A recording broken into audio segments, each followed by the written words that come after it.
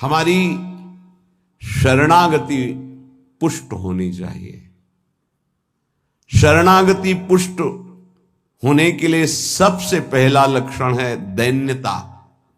जो जितना झुकता है वो उतना महान होता है। झुकने वाला ऐसा नहीं कि जिसके प्रति झुक रहा है वो महान है, ऐसा नहीं। जो झुक रहा है वो महान है, दैन्यता। दूसरा है निष्कपटता। हमारे प्रभु की शरणागति की पुष्टता के लिए, शरणागति के तो अलग भाव वर्णन, हमारी शरणागति पुष्ट रहे, नष्ट ना हो।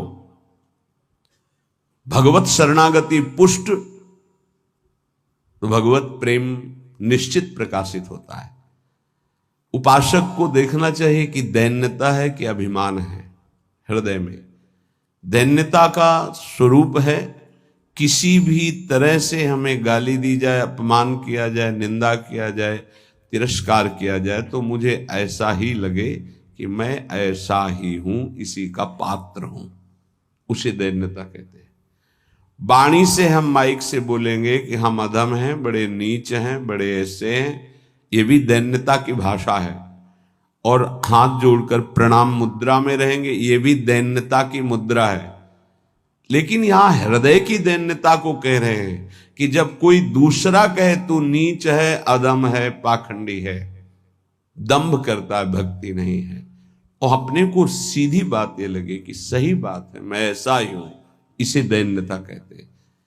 शरणागति हमारी जो विक्षिप्त हो जाती है, जो दोषयुक्त हो जाती है, जो पूर्ण नहीं हो पाती शरणागति, उसका कारण देहाभिमान, उसका कारण गुणाभिमान, साधनाभिमान, इनमें से कोई न कोई अभिमान होता है। इसलिए कह रहे सबसे पहला लक्षण बाबा की विचार में दैन्यता, और ये बहुत प्रिय है दैन्यता भगवान को।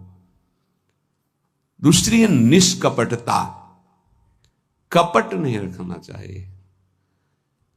हरि और गुरुदेव, हरि गुरु चरण सेवा अनुसरहु, अर्चन बंदन संतत करहु, दास संतन कर सुख लाओ। हृदय में कम से कम एक जगह तो निष्कपटता आ ही जाए